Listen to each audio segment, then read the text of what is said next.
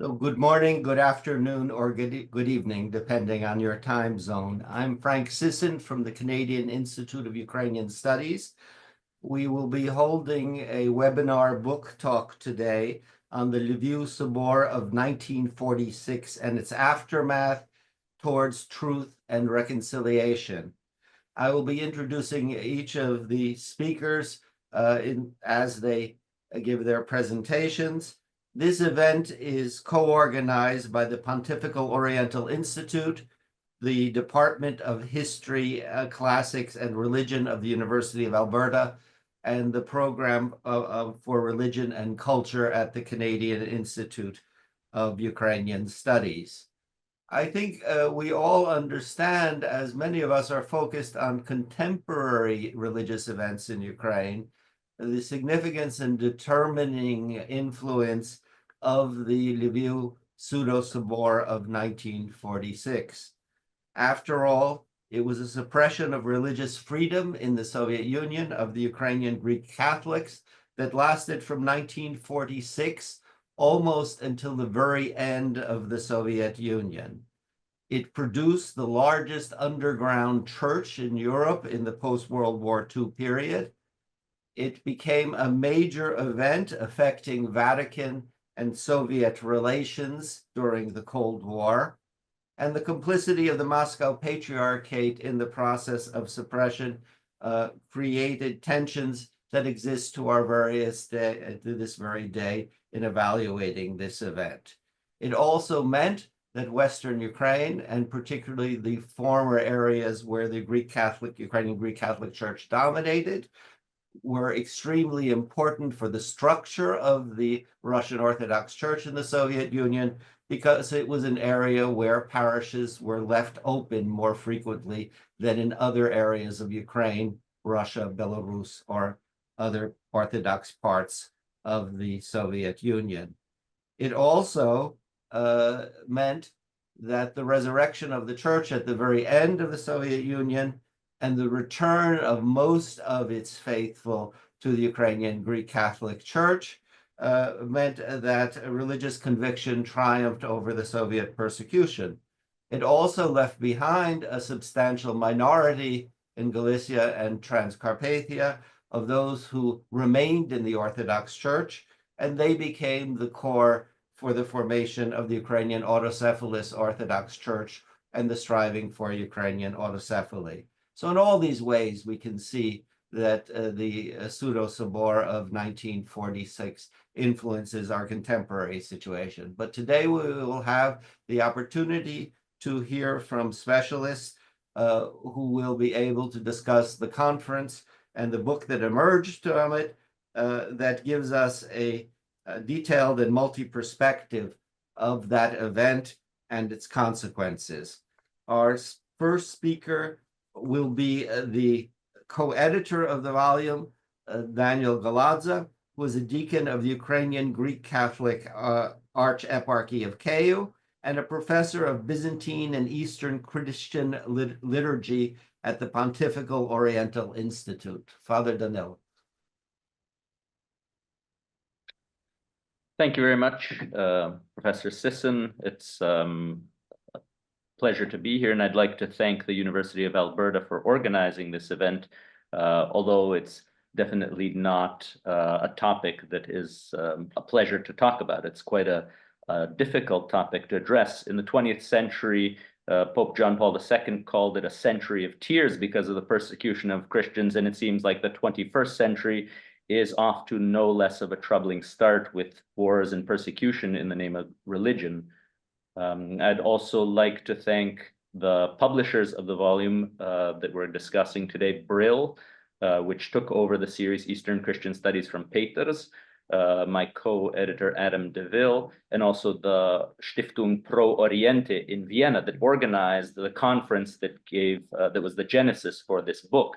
It was a conference organized in Vienna in 2016, which was a year in which it was 70 years after the events of 1946, and Vienna is known as a city of dialogue, a city between East and West, a city with close contacts both to Western Europe and the Catholic world, and also to Eastern Europe and the Orthodox world. And Pro Oriente is an organization that has a long history of trying to dialogue and bridge divides between East and West. Thus, it was natural that the Pro Oriente Stiftung was very interested in fostering dialogue and discussing difficult questions such as the liquidation of the Greek Catholic Church in the former Soviet Union, and to foster attempts at some kind of reconciliation or ways forward.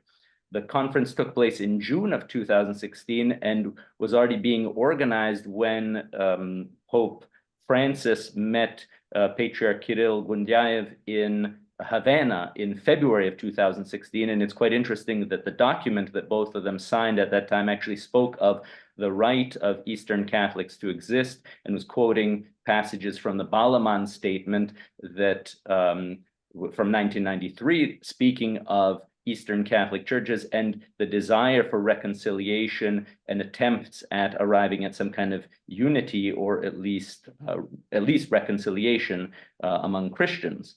So the conference in 2016 in June was envisioned as bringing together both sides, so to say. So from the Russian Orthodox Church of the Moscow Patriarchate, which was involved with the liquidation of the Ukrainian Greek-Catholic Church, and also representatives from the Ukrainian Greek-Catholic Church. But it was also supposed to have a scholarly approach by sitting down behind closed doors and discussing the difficulties of history. One of the people invited from the Russian Orthodox Church Moscow Patriarchate side was Metropolitan Ilarion Alfeev, who at the time, I'm not sure about the current state, but at the time he was a consultor of Pro Oriente and had been a bishop in Vienna in the past and had good connections with Vienna. So Pro Oriente naturally assumed that he would accept the invitation. Unfortunately, he did not, and he sent a representative of his, who also in the end was unable to attend, but sent a paper to be read. And from the Greek Catholic side, now Metropolitan Boris Gudzak, at the time bishop in Paris, who was responsible for the external church relations of the Ukrainian Greek Catholic Church, he was invited and he did attend. And so there was an attempt to address this question from both a scholarly perspective and also have the churches involved come to the table for dialogue. Just as a small footnote, the title of the book has Lviv Sobor in quotation marks, which basically, in a way, I don't want to say angered, but confused both sides, because from the Ukrainian Greek Catholic side, there were comments saying, why is it called the Lviv Sobor? Even the Vatican recognized it as a pseudo-Sobor, and the Moscow Patriarchate said, why is it in quotation marks? We recognize it as a church council. And so the attempt was to use the terminology that was used at that time, at least to present the material, in the hopes that both sides would come to the table to discuss this as a historical event. But in the end, yeah, you can't please everybody. And in the end, it pleased nobody, but we kind of stuck with it.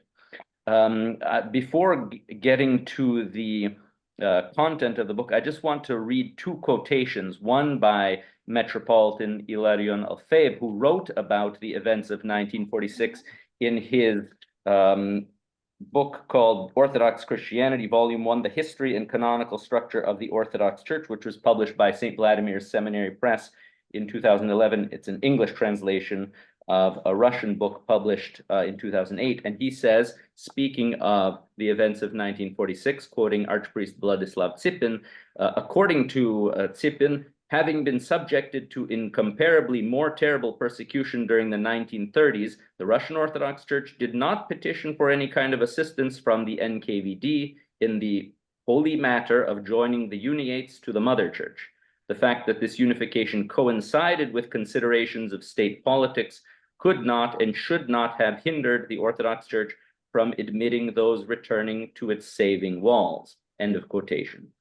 And so this is something that's been published in textbooks about the history of the Orthodox Church. So there was a desire to engage with this assessment of the events of 1946, especially because another, I would say, much more widely read textbook or introduction to the Orthodox Church, the Penguin classic edition by then Timothy Ware, later Metropolitan Kallistos of Dioclea, the Orthodox Church, in its new edition from 1997, has a completely different assessment of those events. And I'll read that quotation.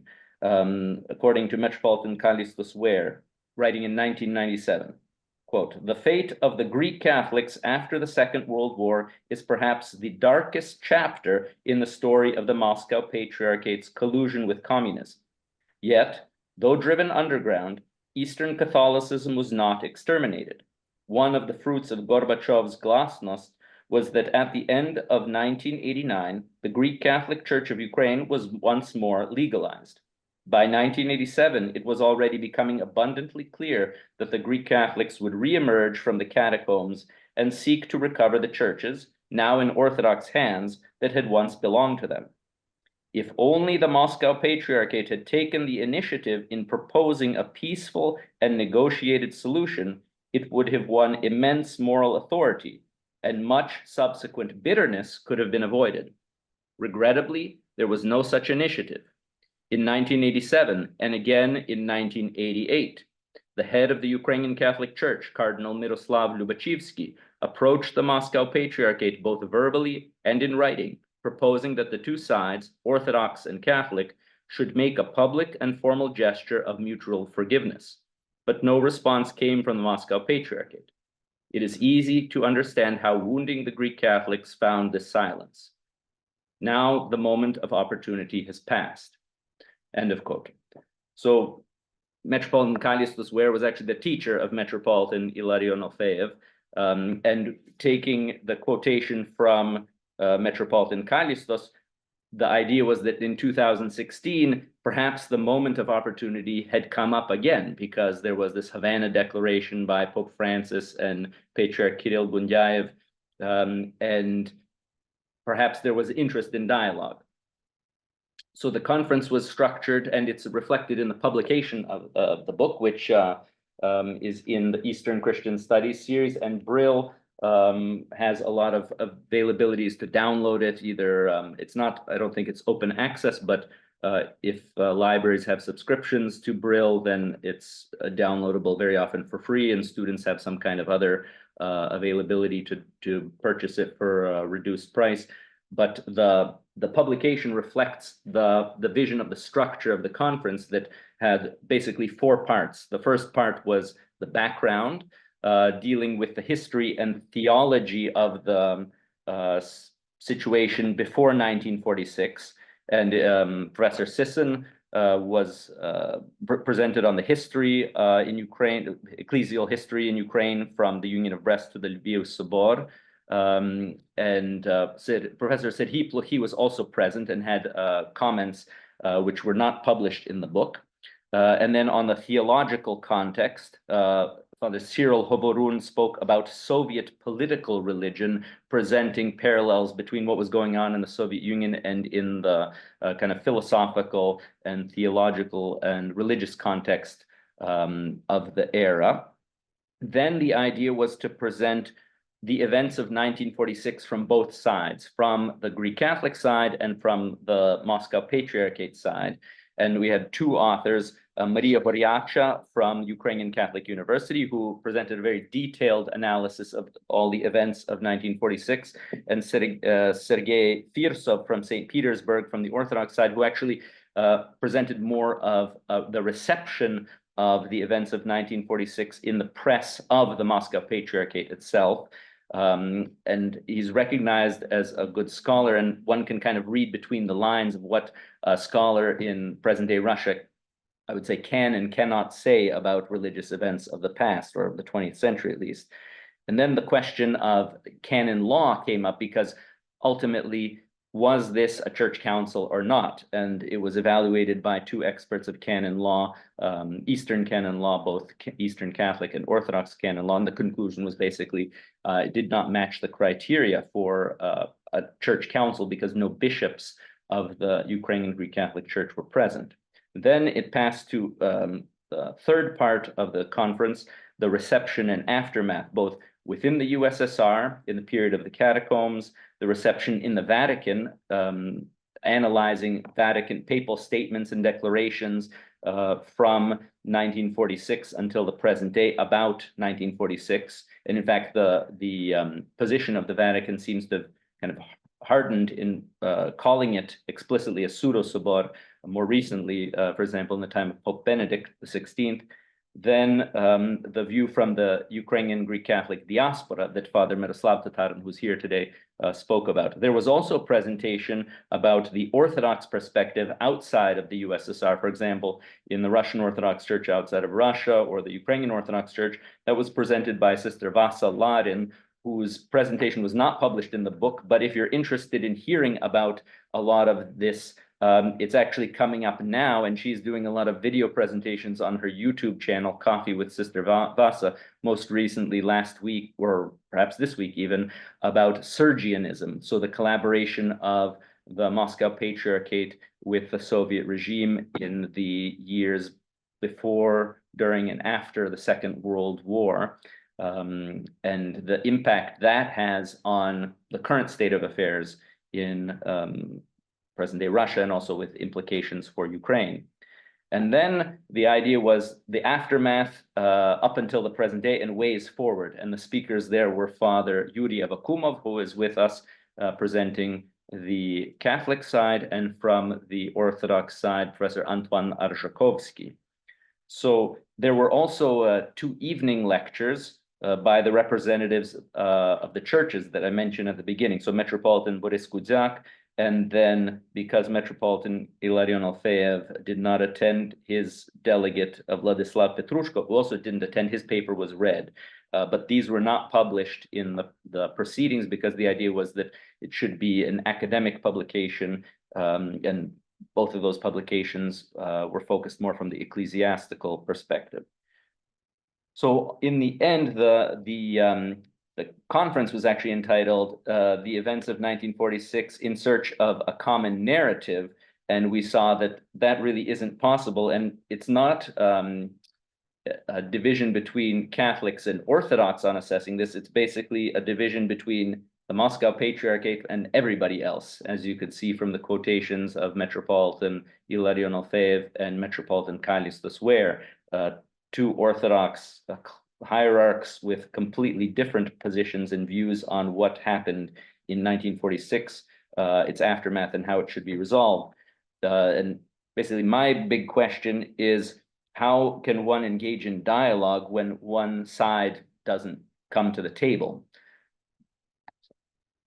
Leave it at that for my presentation of the content of the book and an introduction to the book. Thank you. Thank you very much. Now I would like to ask Professor Heather Coleman, who is chair of the Department of History, Classics, and Religion at the University of Alberta and directs the program on religion and culture at the Canadian Institute of Ukrainian Studies, to comment on the volume. Thank you, Frank. Yes, it's a real pleasure to. It was a great pleasure to read this this work. It's a really an important contribution, I think, to the scholarship on the Ukrainian Greek-Catholic Church and Ukrainian religious history more generally.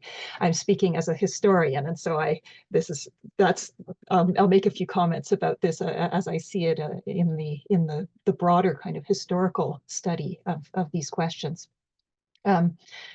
For me, as a historian of religion in Ukraine, the great strength of the book is how it implicitly argues, well, in some ways explicitly argues, for the importance of a dialogue between historians and theologians. The book, edited by 2 theologians, aims to demonstrate, I think, that high-quality historical scholarship and making the results of that good quality scholarship well known is absolutely critical to the success of Catholic Orthodox ecumenical dialogue, and the difficult conversation about what happened in Lviv in 1946. The field of religious history of Ukraine has been quite a lively one in the decades since independence.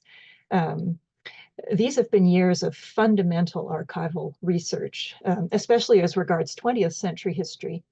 But access was limited also for earlier periods and for hot topics like the Union of Brest as well.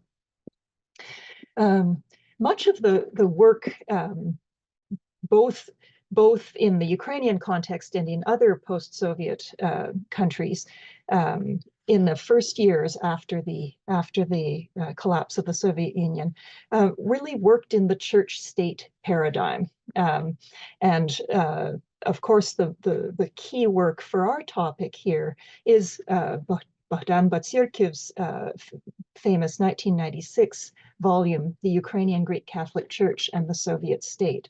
This was truly path-breaking work, early work in the the KGB archives, the archives in Kiev, in Moscow, and so on, that really became the fundamental work that is still, and we can see its still current nature by the fact that it's at the basis of so many of the articles in this volume.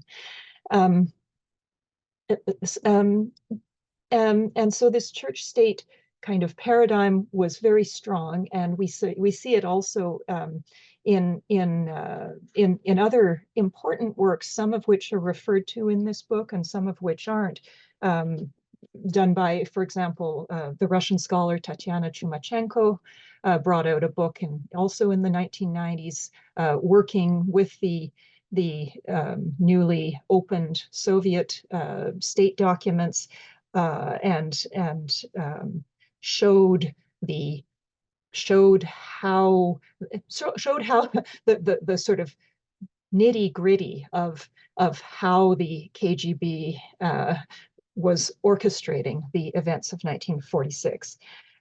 We have the Bulgarian scholar Daniela Kalkandieva, who has done a very detailed study of the Russian Orthodox Church during the war and post-war period, really showing the persecution and institutional absorption of uniated churches throughout the region in the immediate post-war period, in Ukraine, in Belarus, in Romania, in Transcarpathia, in Czechoslovakia, in Poland. Stephen Merritt Miner's study of the church during the war and early post-war period again. All of these were working in a kind of a church-state relations kind of approach.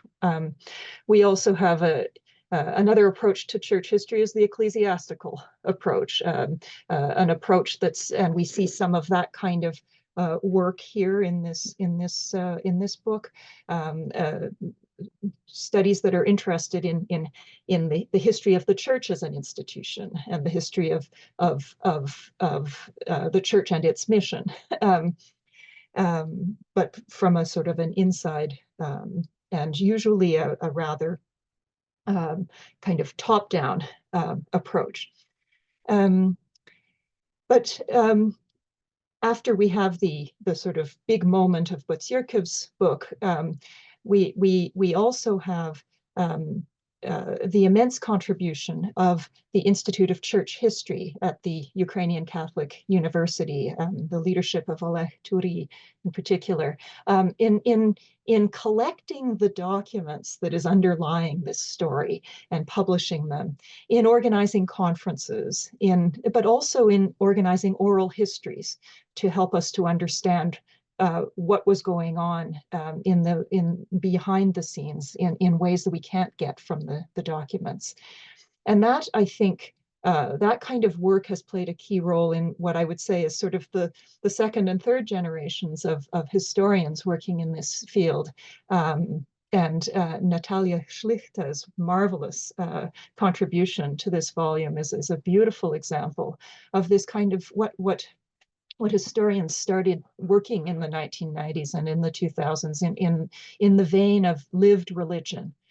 Lived religion is an approach to religious history that takes seriously the religious experience, that seeks to think about how religion, how both clergy and laity live out their religious experience in their daily lives, evaluating not in terms of, are they doing this right? Is it Catholic or is it Orthodox? It is, but also stepping away from a kind of religion as protest, it's always protest kind of view, and trying to see see that imperfections, so to speak, are not necessarily resistance, but rather examples of a shared culture between the clergy and the laity that are being played out. They have the effect of resistance, but they're not necessarily consciously being played out that way, certainly by the laity. And so I think we can see that, for example, in Natalia Schlichter's excellent example. And I think that this dialogue between these three kinds of modes of church history is evident here and is critical to getting at both the analysis of what that Sobor was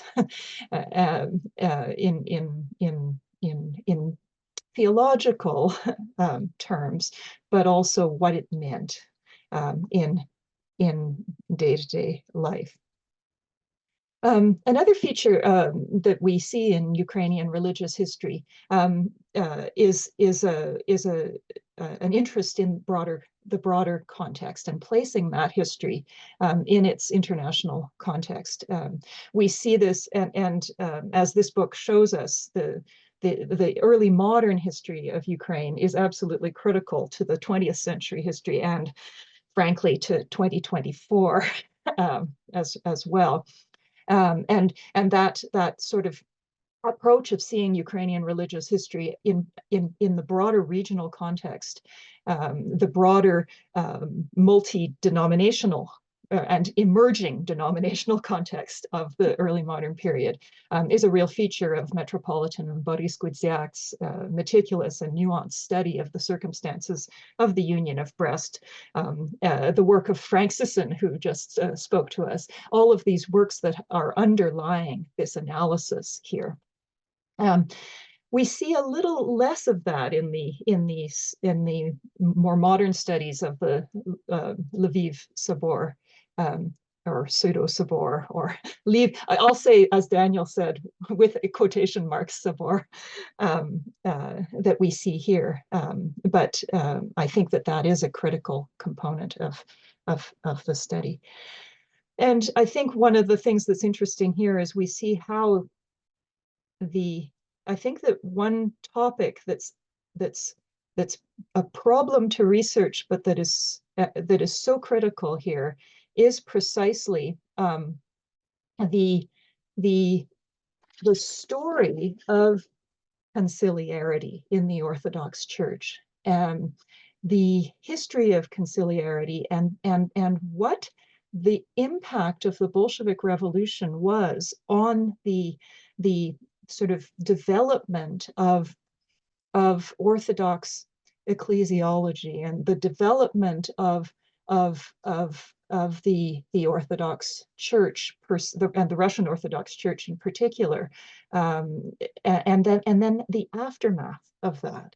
There's the Russian Orthodox Church suffered from a lack of councils for several hundred years, and the Great Church Council of 1917 was a great experiment in rethinking the structures of the Sobor, of the Church Council in Orthodoxy. The 1917 council had more lay members than it had clergy, and the discussions were very transformative. But the fact that the revolution came kind of closed down that avenue for a discussion about how what is called sobornost, or conciliarity in Russian, could look like in the 20th century.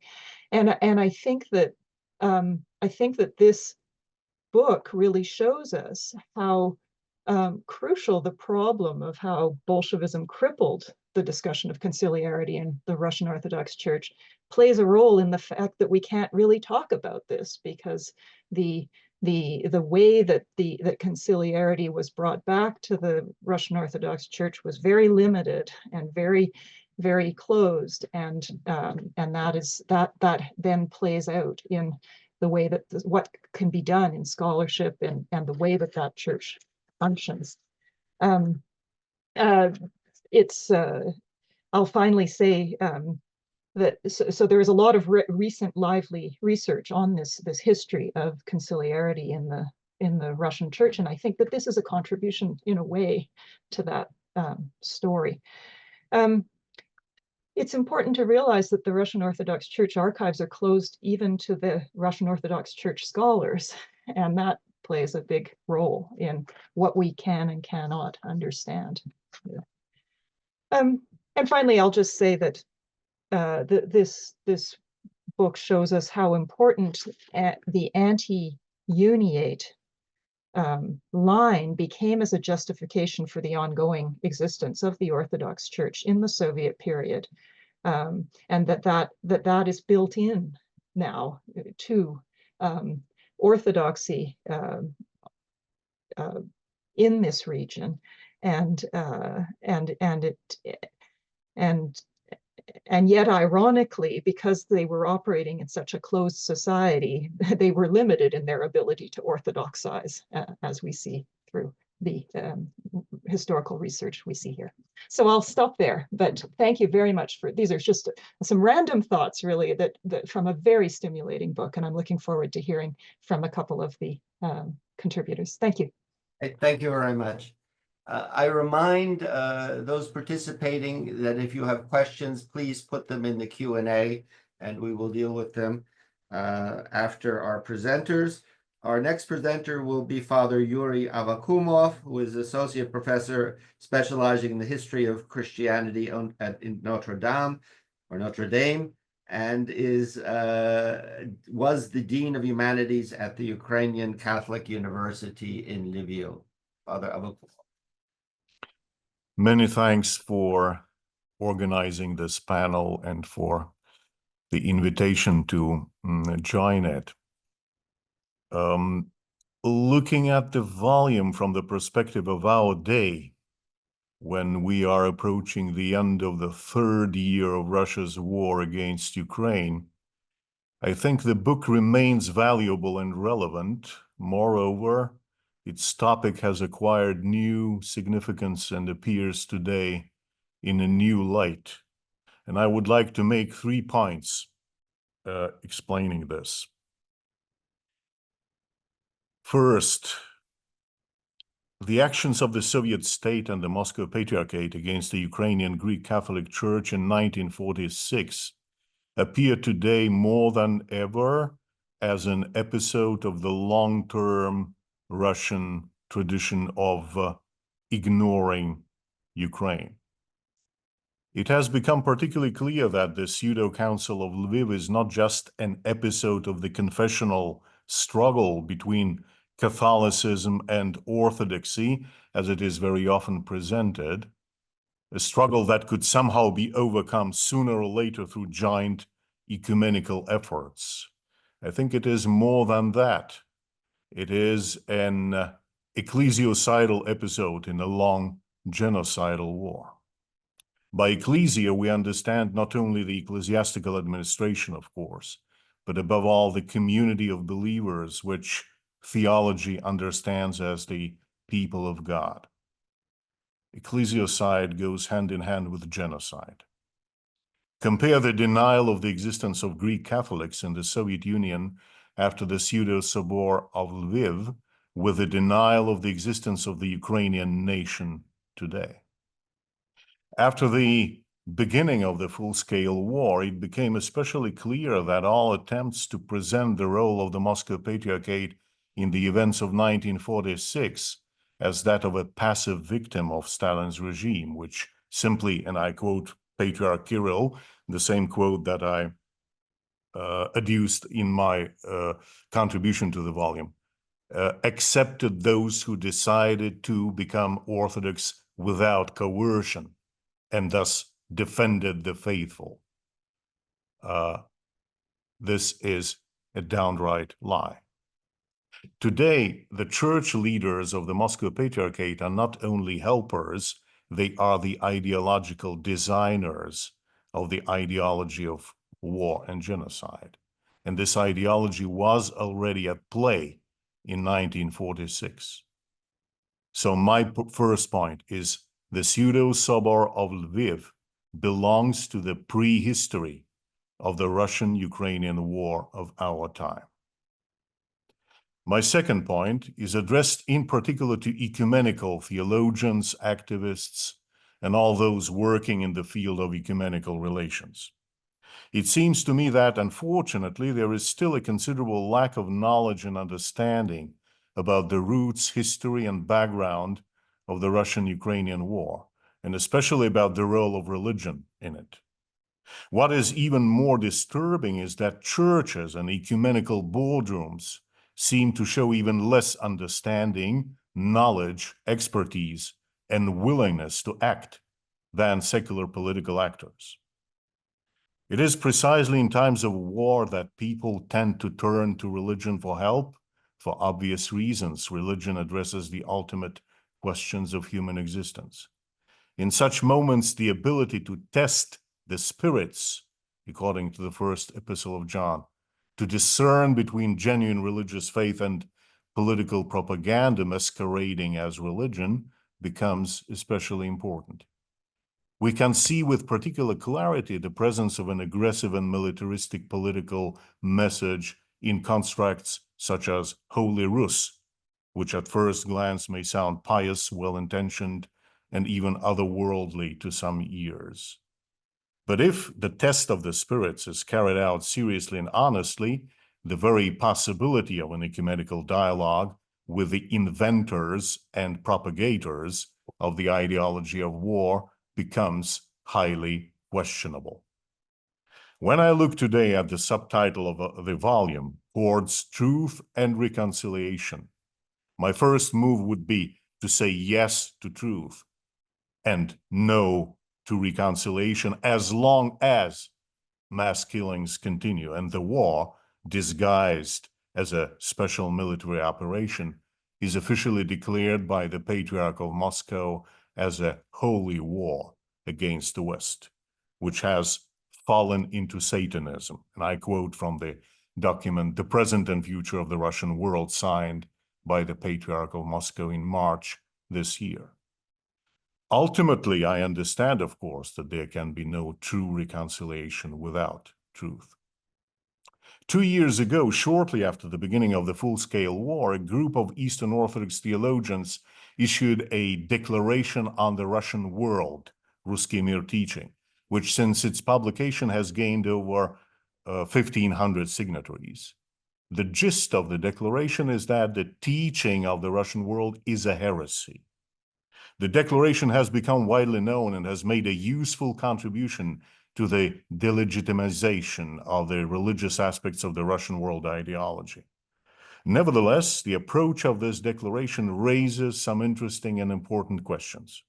Recently, a discussion of these document began on the Public Orthodoxy website, the website of the Orthodox Christian Studies Center at Fordham University. The legitimacy of treating the Ruski Mir ideology in the context of a theological orthodoxy versus heresy debate has been questioned. I share this concern because I think that by calling the Russian world ideology a teaching, one has to assume a theological teaching, and seriously discussing its orthodoxy or heresy, theologians, even those with the best of intentions to condemn the war and support its victims, elevate their subject, make it seem more intellectual and sophisticated, more theological than it really is. Patriarch Kirill may or may not be a heretic, but that is not what we need to know and discuss about him today. By discussing the alleged theological subtleties of the Russian world theory propagated by the Patriarch or any other Russian Orthodox Church agency or institutions, we pay them a tribute they don't deserve. Patriarch Kirill may not be a heretic in the first place, but he is now considered by many to be a war criminal, as would be any other public figure involved in the active propaganda of war and mass murder. And this must have implications for ecumenical dialogue. You can engage in ecumenical dialogue with anyone who disagrees with you on theological and ecclesiastical matters. You can engage in ecumenical dialogue with a heretic, perhaps even you must, but you cannot, in your sober mind, engage in ecumenical dialogue with a war criminal. My third and final point concerns the situation of East European studies in North America and Europe. There is an ongoing conversation about decolonizing the field and moving away from the Russian imperialist narrative about Ukraine and other nations and ethnicities and cultural spaces colonized by Moscow. I'm not sure that the attempts at decolonization in the field have been very successful so far, but interest in Ukrainian studies is indeed growing, and this is obviously a very gratifying development. For decades, if not centuries, there was almost no discussion of Ukraine without reference to Russia.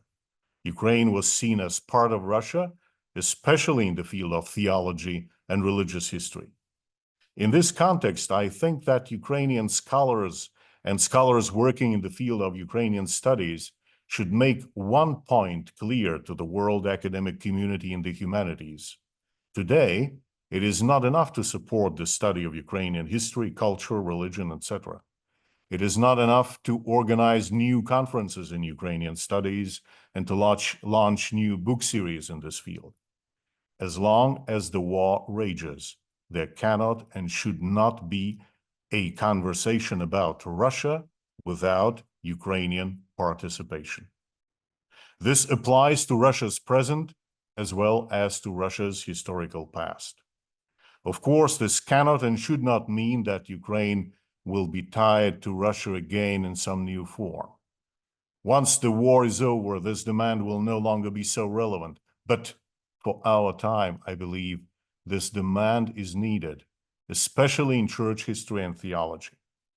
The history of the cius Sobor of Lviv, which belongs to the history of both the Ukrainian Greco-Catholic Church and the Russian Orthodox Church, and thus to the history of both Ukraine and Russia, is a compelling example of how indispensable the Ukrainian voice is for any serious and honest study of Russian Orthodox Christianity. Thank you. Thank you very much. Our final speaker will be Father Miroslav Tatarin, Professor Emeritus in the Department of Religious Studies at St. Jerome's University in Waterloo, where he served as chair of the department and director of the Center for Responsible Citizenship. Father Tatarin. Thank you very much. I echo the comments of my predecessors in thanking the organizers for the opportunity to reflect again upon this book, which from all the previous comments we can see still has much value for today. My intention was to begin with the title, second part of the title, and simply say how far we've traveled from there and not in a good way. I'll start with my chapter and the reflection on the response to the events of 1946 in North America, particularly.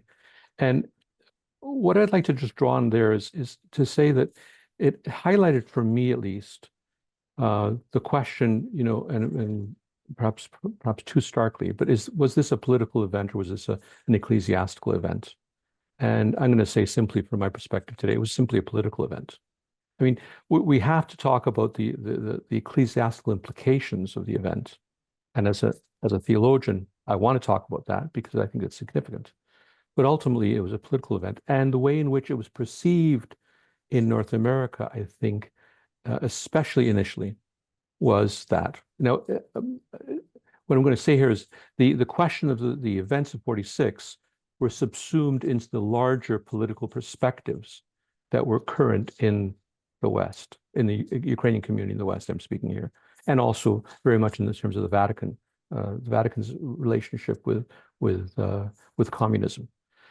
In other words, the events were condemned out and out. The participants were condemned out and out, and there was no initial desire, except for one interesting person, very important person, in fact, and that was Father Hrinyach, who had a slightly different, more nuanced view of the events of 46.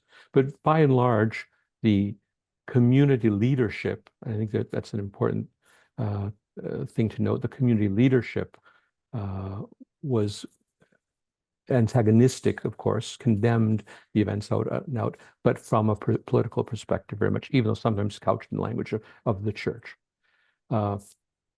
That perspective changes somewhat, or the permission to be more nuanced is given, so to speak, with the return or the liberation of Iosif Slipy, the primate of the Ukrainian Greek-Catholic Church in 63. And it comes, I think, from the fact that he himself, although oftentimes is presented as a rather strong anti-communist figure, he himself was much more concerned with at least some aspects of so to speak, a realpolitik approach to what was going on. So in other words, it's not that he saw the events of 46 in any kind of softened way, but he recognized that the need to engage somehow with the Soviet authorities and also with the Russian Orthodox Church was necessary. And we see that ultimately playing out in an attempt at a gesture made by his successor, Lubachevsky, in inviting forgiveness on both parts.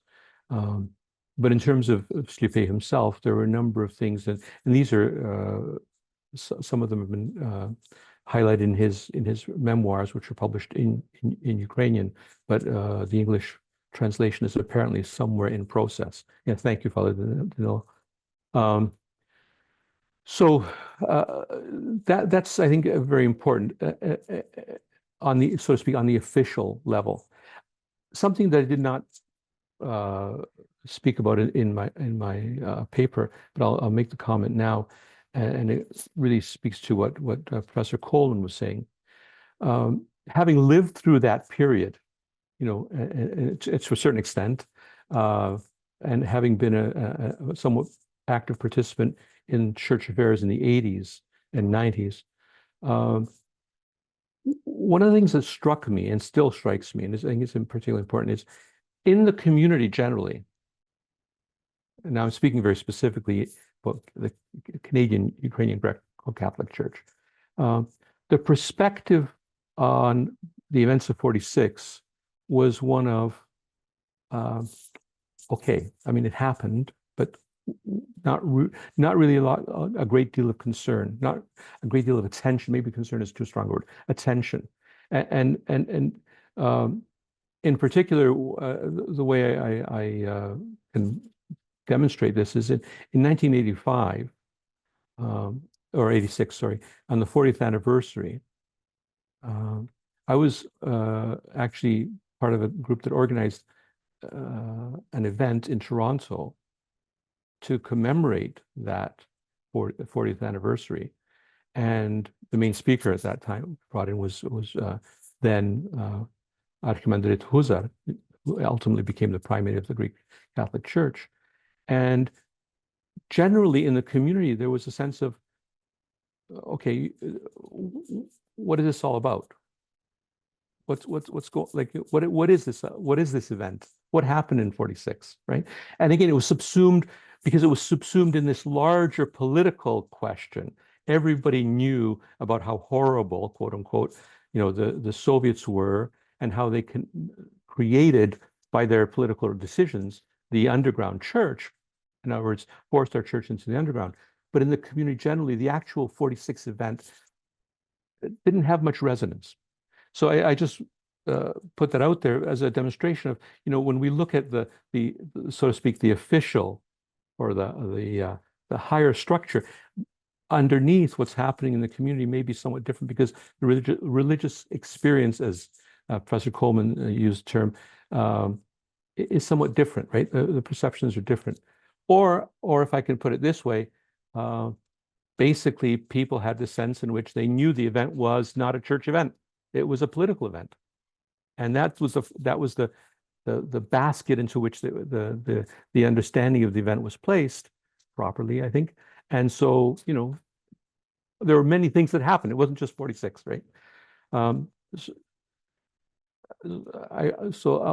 That's just a comment I think that needs to be I find interesting. I mean, in terms of how important were the events of 46 for the general population of Ukrainians who are looking at the issue, for good, for ill or for good. I wanted to talk about something more generally in terms of the volume, which I think is important. But leaves an opening for some more work. And that's, the participants from the initiative group.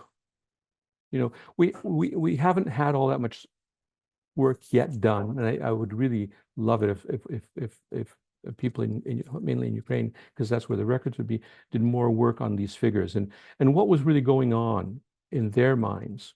And of course, the key figure being Gavril Kostelnik, and someone whose reputation had been seriously battered by that initial, community condemnation of the events of 46. As he becomes the ultimate devil in the process, the betrayer, the ultimate betrayer. And yet, we know that he had, I'll say it this way, previous opportunities to do that which the Soviet regime wished, and he did not, right? And so he endured the persecution earlier. So what happened in 46? What changed? And that, for me, also raises a larger question. And now I'm saying, okay, the events of 46, within the scope of what was going on in the Ukrainian Greco-Catholic Church, to what extent are Kostelnik's decisions rooted not in political, so to speak, decisions, pro anti-communist? I don't think there's any real thinking that's where he went, where his decision came from, but rather from a problem that existed in the Greek Catholic Church prior to the Second World War. And that problem, if you will, is the ongoing debate, antagonism, internal war, if you wish, between those who supported Metropolitan Sheptytsky and those who supported Bishop Commission. The debate between the traditionalist, really ultramontane Commission, and really a traditional but more progressive Sheptytsky. And how does Kostelnik fit into that? And clearly, he was very much in the Sheptytsky's camp. But to what extent were his decisions in 46 coming from having struggled with those questions and perhaps seeing no way forward for himself or for the positions that he wanted for his church? Anyway, that's just opening up a whole other question. My final comment would be, and this is one of, perhaps being overly negative, but I wonder whether one of the lessons of 46, the sobering lessons, is a reminder, and I think this one becomes even more significant once this horrible war is over, that there's an absolute necessity for a healthy society and a democratic society to maintain a very strict separation of church and state.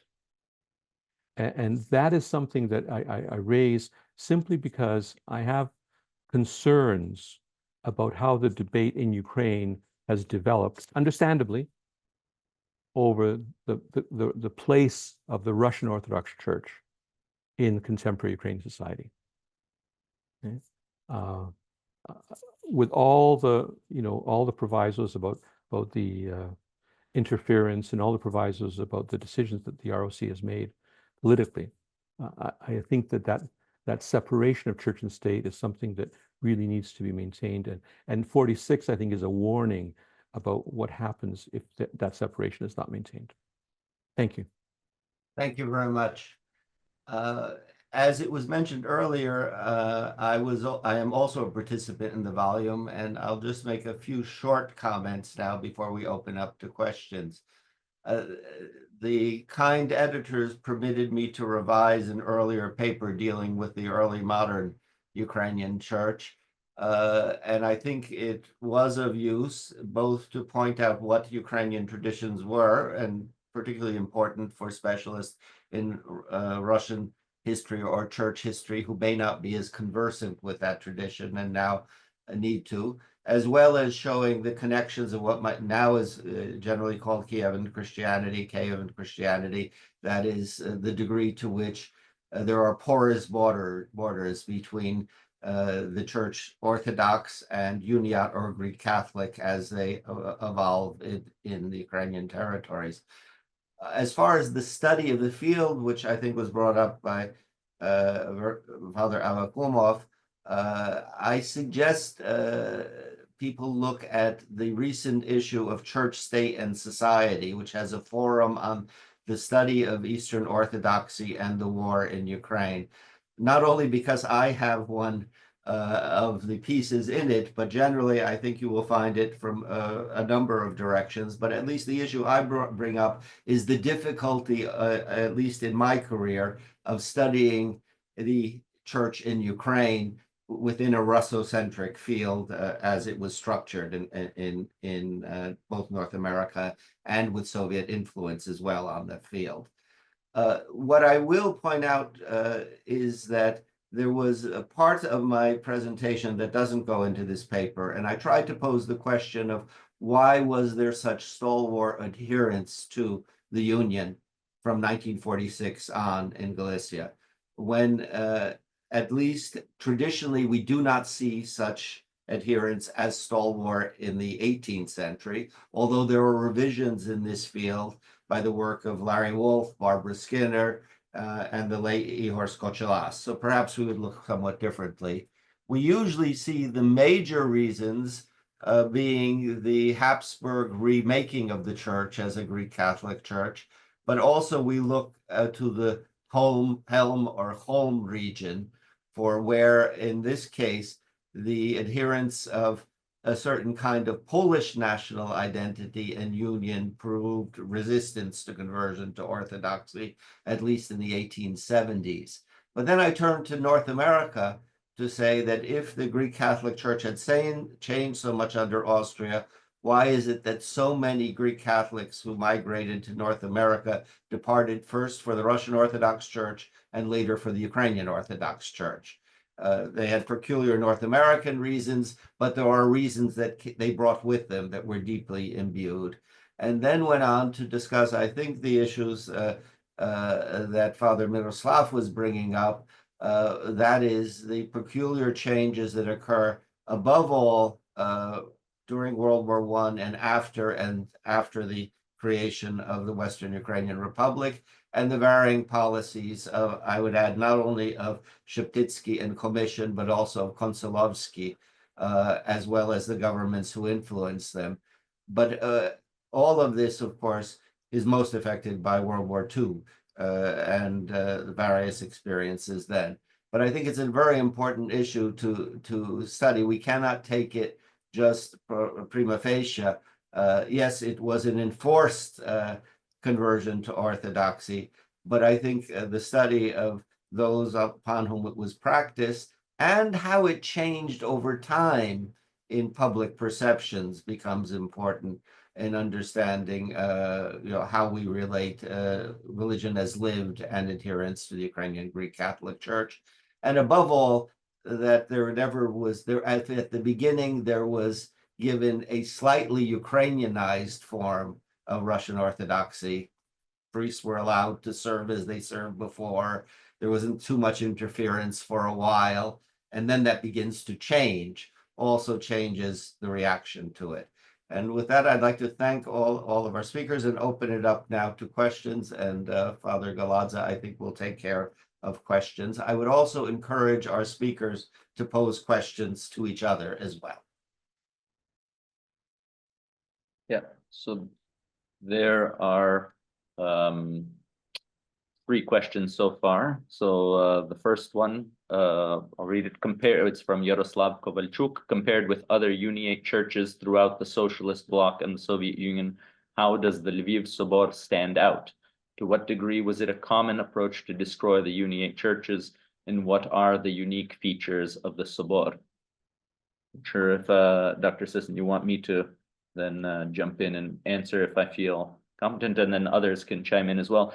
Yeah, it's a very good question, and I'm glad that some of the speakers have already mentioned. For example, just now Professor Sisson mentioned Cholm and the liquidation of the Greek Catholic churches in the 19th century. And then also Professor Coleman mentioned the work, particularly work that I'm familiar with by Professor Daniela Kalkanjieva, who is actually a colleague here at the Pontifical Oriental Institute.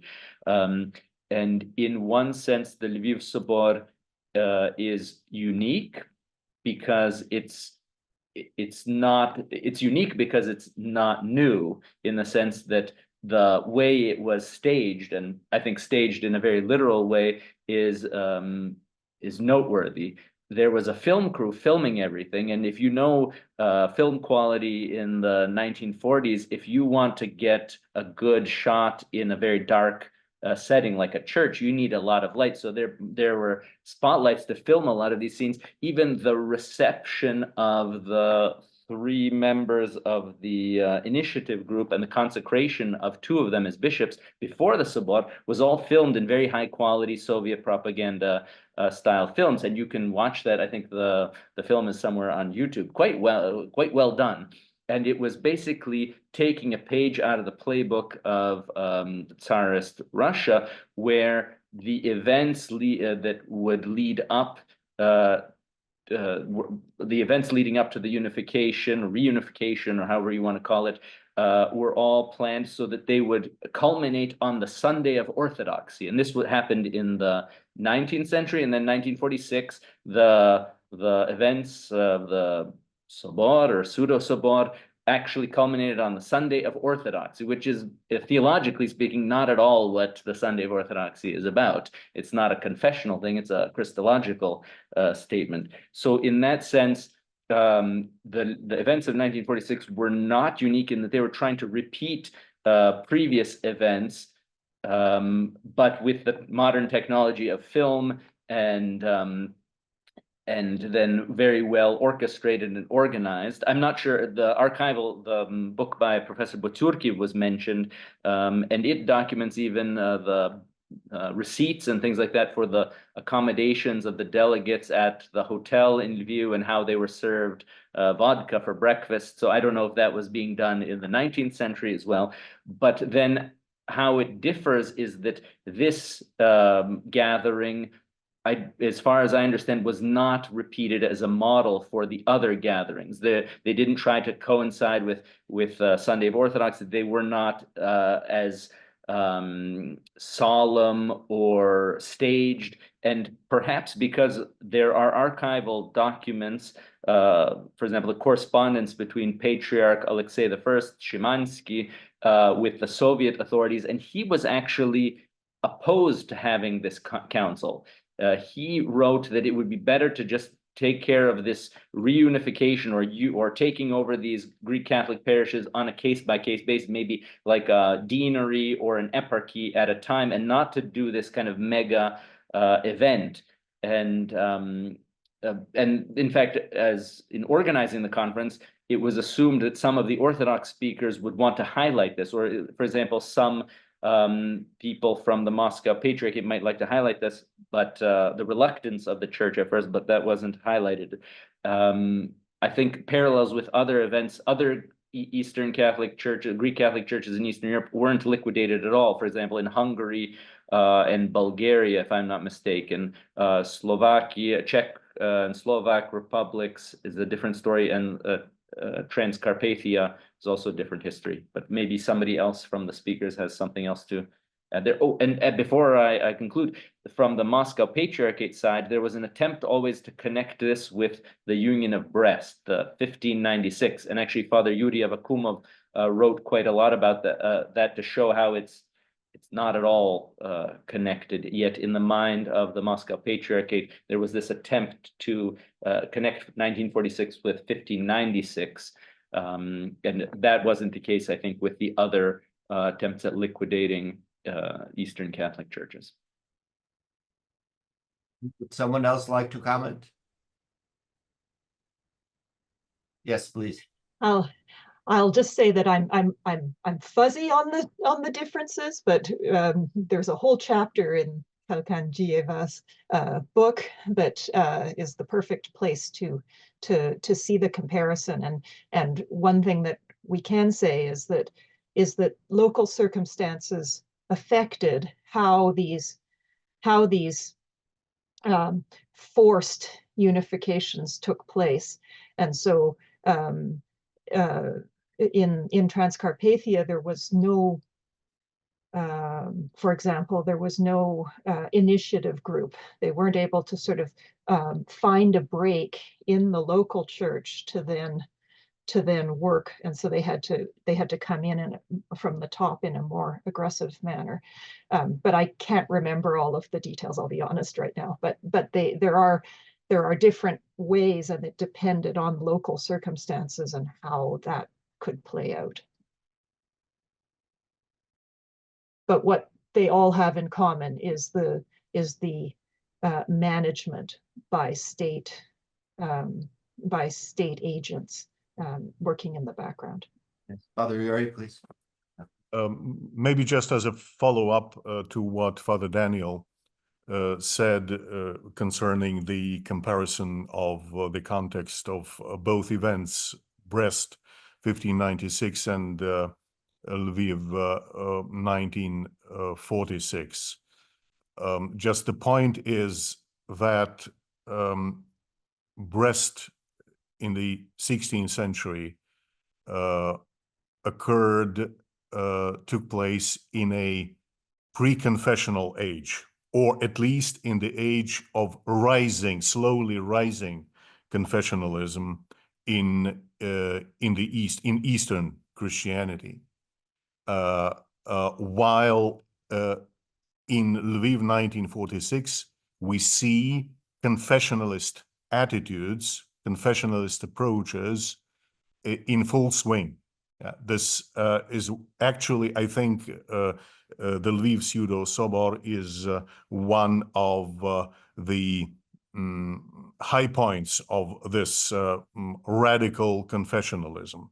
I mean, in terms of the juxtaposition of Catholicism with a capital C on the one side and Orthodoxy with a capital O on the other side.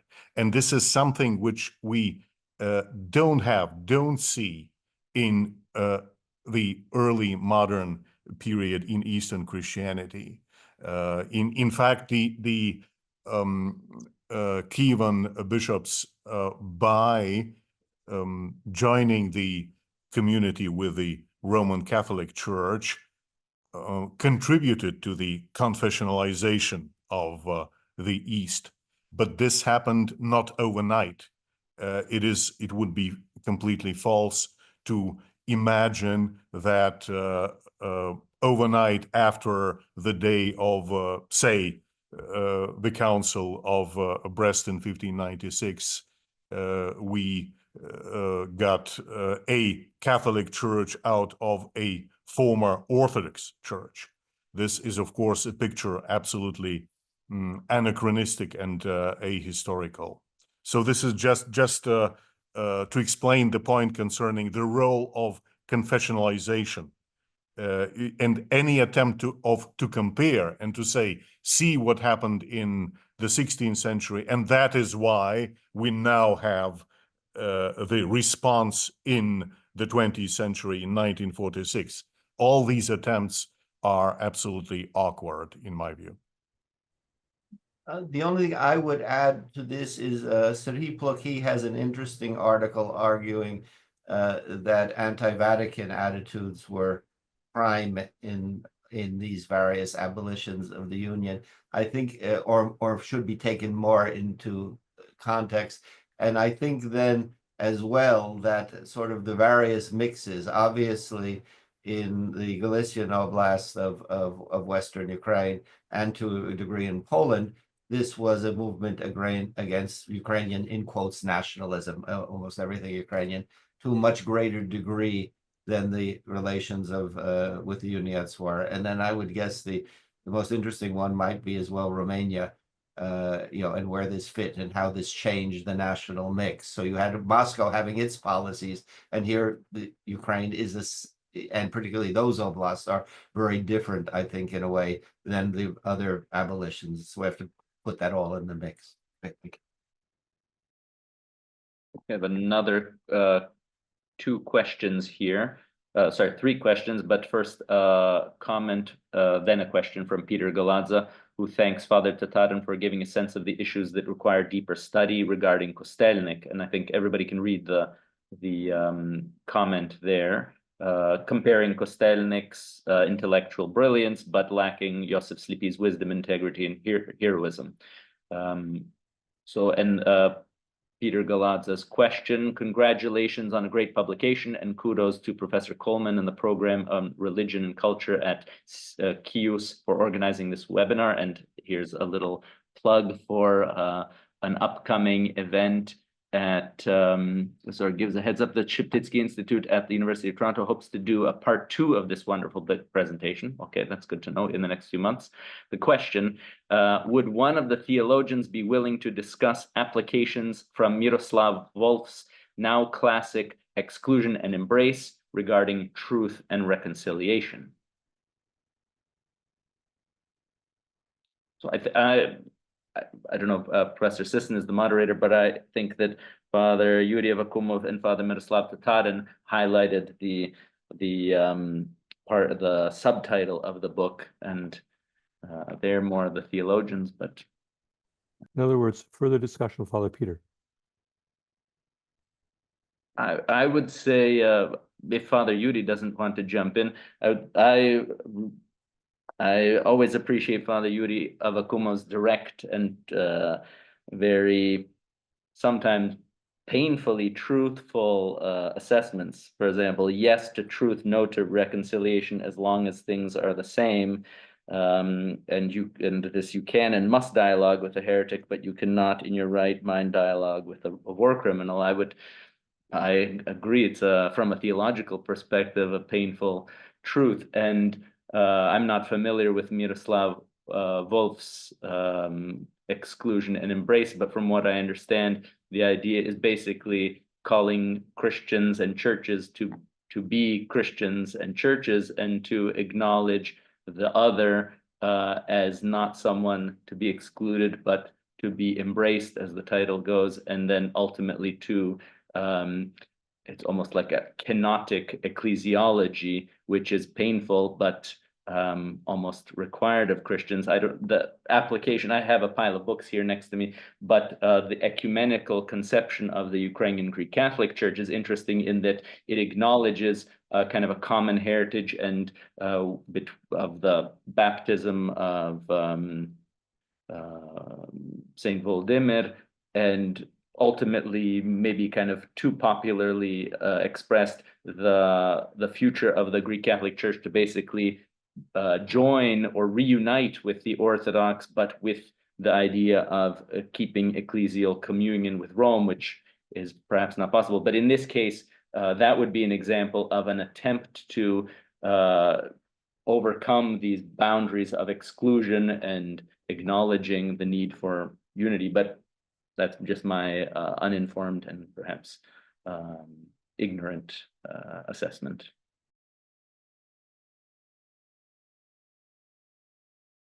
I would perhaps add that by questioning the possibility of an ecumenical dialogue, and by ecumenical dialogue we mean a theological dialogue. We mean today, at least a theological dialogue in the first place. We do not go the way of exclusion, or at least we must qualify this somehow, because the gist of the problem is exactly what I tried also to mention today, this problem of testing the spirits. And if the result of this test is that we don't have to do with someone who is motivated by religious considerations, by considerations of faith, but by all kinds of other considerations. If this is the result of our testing the spirit, then we must come to this conclusion concerning the impossibility of leading a theological dialogue about whatever intricacies and nuances of various theologies with this person. It does not mean that we must stop any conversation. We do not say we are not ready for any kind of conversation, but this ecumenical theological level of conversation is something I think that should be deserved in a sense. But by engaging in such a conversation, we pay tribute to our partner in this dialogue, and in that case, I'm not sure we can do this simply. If I may, I think what this underscores for me is that, as an insider, the Ukrainian Greek-Catholic Church has put itself into a box. And the box is this: we've created for ourselves an identity, broadly speaking, that says that part of our mission is to be a bridge, the famous bridge metaphor, right? We're meant to be a bridge between the East and the West. And concretely, what that means is we are meant to be a bridge to, historically, in the past century, of course, this has changed more recently a bit, but not all that much, to Russian Orthodoxy. So we want to talk. We want to reconcile. We want to have this discussion. We want to have this ecumenical relationship. But what if the other side doesn't want that relationship? What if the other shore doesn't want the bridge to go there? Then what happens to our self-identity? Now, I think that my response is somewhat what Father Kumos says, but it goes back to Patriarch Lubachevsky's gesture of extending a hand, an offer, but that's it. That's where it stops, right? The offer has to be responded to, and very clearly from the side of the Russian Orthodox Church, it has not been responded to. Now, I'm not talking about theologians who are willing to have a conversation. I'm not talking about lay people who are more than willing to have a conversation. I'm speaking here hierarchically. I'm speaking about the leadership. And I think the paucity of evidence over the past 50 years that the leadership of the Russian Orthodox Church wishes to engage in a dialogue with the Ukrainian Greek-Catholic Church, the paucity of evidence is overwhelming. Now, that doesn't mean it can't happen. It's just simply that I think that from my perspective, this church has to remain in the sense of offer, but not then say, that we can't have a dialogue with Orthodoxy, because I think that what we've discovered, hopefully, over the past 30 years, is that there are other partners in Orthodoxy who are open to a theological discussion. And that's where we go. That's where, when you have a partner to discuss, to talk with, then you talk with them. And you keep the offer open, but have to admit that currently there's no taker on that offer. If I might just add one point, I think Father Miroslav pointed out things are changing and then pointed to other Orthodox traditions. I think one must add then Ukrainian Orthodoxy in whatever forms and the various forms it is taking now. And in that sense, the mission by its very essence has now changed, and after the war, never so much as after the war. However, one identifies the church led by Metropolitan Onufry as either Russian Orthodox or Ukrainian Orthodox, Moscow Patriarchate, or whatever. But even that church aside, now there is an extremely large autocephalous Orthodox Church in Ukraine, as well as the Ukrainian Orthodox churches of the diaspora that are under the ecumenical patriarchate, and would seem to have changed the whole notion of where the bridge goes. I'm in total agreement, Frank. Absolutely. There's a comment from Peter Galadza. My thanks to Father Tatarin for giving a sense of issues that require deeper study. Few in the UGCC at large realized that Kostelnik was actually the most creative and insightful theologian in the Greek Catholic Church of his day, and naturally wounded by the Vatican-inspired removal of him in 1930 from teaching theology at the Theological Academy in Lviv. But in short, the intellectually brilliant Kostelnik lacked Joseph Sleepy's wisdom, integrity, and heroism, but Sleepy refused to criticize Kostelnik, killed by the NKVD. And there is a kind of a connected question to Father Tatarin from Bogdan Choli. Would you think that the church in Western Ukraine became much more Byzantine and less Latin if we compare the church in 1940 and 1990, and that that Sobor contributed to that shift? I'll deal with Father Choli's question. I would say that first of all, the Great Catholic Church, the Ukrainian Greek Catholic Church of 1990 is not a homogeneous body. I mean, some of the, not to the same extent, and perhaps not the same extremes, but some of the characteristics of the Latin Church, the Latin manifestations in our church prior to Second World War are still around in some areas of our church. So, but what I would say is really the currents that were there prior to 1940, and the reason for the currents continued to develop in the underground church for various reasons. Some of them being internal to the situation in Ukraine, some of them being external. In other words, some of what we see in the church in Ukraine today as, let's say, less Latinized are really things that have developed over the past 30 years rather than in the underground period.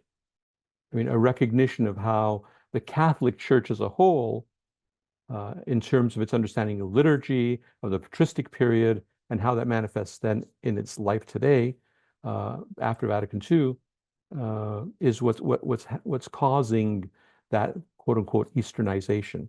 So I don't know to what extent the Sobor itself, and or the events of the Sobor, the repercussions of the Sobor, really caused more of a shift, because truly, my experience in Ukraine in that early period visiting Western Ukraine in the late 80s and early 90s, the church today is more Easternized than it was then.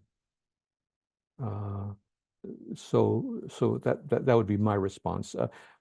Father Deacon Danilo might have some more perspectives from a liturgical perspective, but I think it's an excellent question, and it's one of those counter became much more, it's not counterfactual necessarily, but I would say in both periods there was a desire to move towards a kind of more Byzantine theology, or there's maybe more enthusiasm, and then there was reaction to different things in terms of, let's say, a reaction against something Russian in the 1940s, but there was also the implication, the outcome of World War II, where you'd have, at least in the diaspora, an interest in Byzantine things as long as they could be justified as being either Greek or from the Balkans or something, because there was an aversion to things Polish from the experience of World War II, painting in broad strokes. But now, or 1990s, and especially now, there's less of that and shift towards the West more. But I think that's a study that remains to be done and written up well, but a good question. if I can just add one more thing, I think what's often missed is that a lot of, I'll call them Western or Latin pious practices, which were current in Western Ukraine prior to the Soviet period, were actually, at least informally, allowed to continue in some parishes.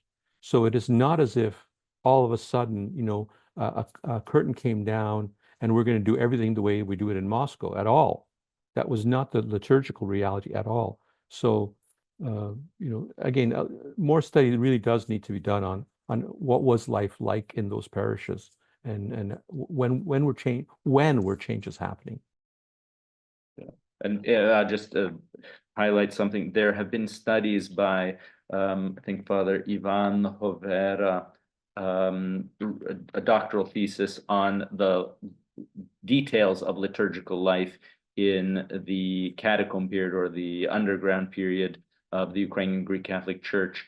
And it's been published in Ukrainian and Italian, I believe. I think there might be an article in English, but I'm not sure about that, which kind of goes through all the details and how it's not just a question of Latinized or not Latinized, but also what you can do in the catacombs. And then also, as you point out, even in the Moscow Patriarchate, the churches that joined the Moscow Patriarchate, Way of the Cross or other things continued. And as I understand, even today continue in the Church of the Orthodox Church of Ukraine of Metropolitan Epiphany in some cases in Western Ukraine. So definitely very post-confessional liturgical practice. There is one more question from Magdalena Novak to Father Avakumov.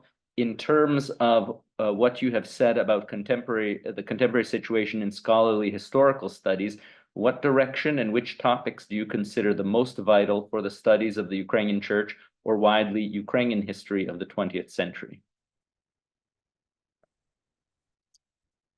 Well, I think that the topic of confronting totalitarianism in the 20th century is, of course, one of the most important and prominent, particularly in our day, of course. And here, I think the volume that we discuss today is an example of such studies. But generally, I think that there is so much that the history of the Christianity united with Rome can provide, can give to the overall discourse in church history, theology, and so on. One of the top, just as example, maybe, is precisely, I think, the question of the relation of the Eastern Rite Catholic churches and the process of modernization and confessionalization in the 16th and 17th centuries, because I think for the East, these churches and specifically the Ukrainian church united with Rome was on the edge of this process. And this is, I think, a fascinating topic, which can also contribute much to the European and North American discussions about religion and modernity, the confessionalization process, which remains, although confessionalization has already a rather lengthy history in research, but it still remains a subject of interest for many scholars today. And I think that the Ukrainian Uniate Christianity is a unique historical phenomenon in that sense. But I hope this at least some attempt to answer this question, but there can be many more subjects and perspectives in this. I'd like to second this issue on confessionalization, and I do think, despite the fact that it has been around a long time, it has not been dealt with fully, and particularly in these areas of Latin Christian, Eastern Christian borderlands, of which Ukraine, I mean, maybe we could talk about Crete, but Ukraine and Belarus are I think, our major interests.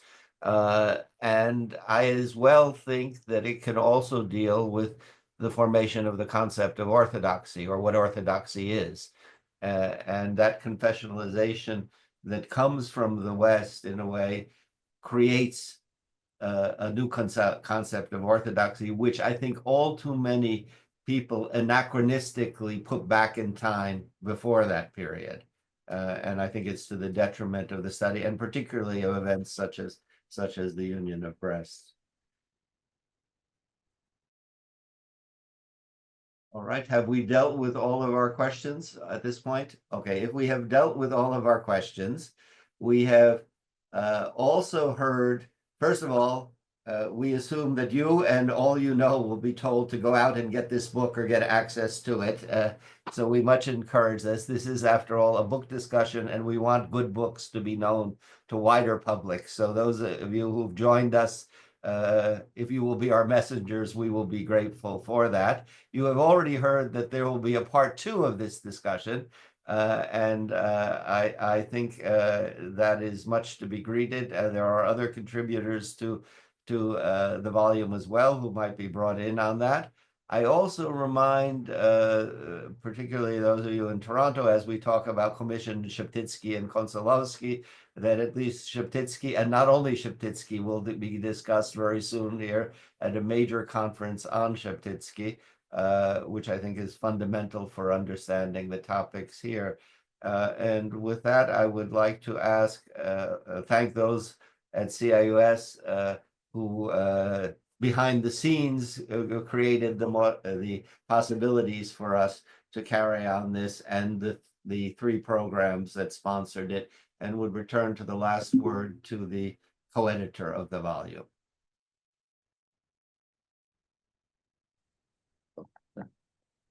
If the last word is mine, then I also simply repeat the thanks to the organizers of this online book discussion, and also especially for this dialogue that really, in fact, didn't happen in Vienna at the conference that gave rise to this volume as we expected. but this dialogue that Professor Coleman mentioned between three modes of church history, a kind of theological approach and the nitty-gritty of historical studies that are based on archival records and also the experience of lived religion. So as it was mentioned, there could be continued dialogue, both from people reading the book and discussing it. And I would be particularly interested in more dialogue or discussion with people who have perspectives, both in the scholarship, more recent scholarship on this question from the historical perspective, and also contemporary questions of Orthodox Christianity today and in dialogue with Catholicism and the Eastern Catholic churches. So the last word is mine, then simply say thank you.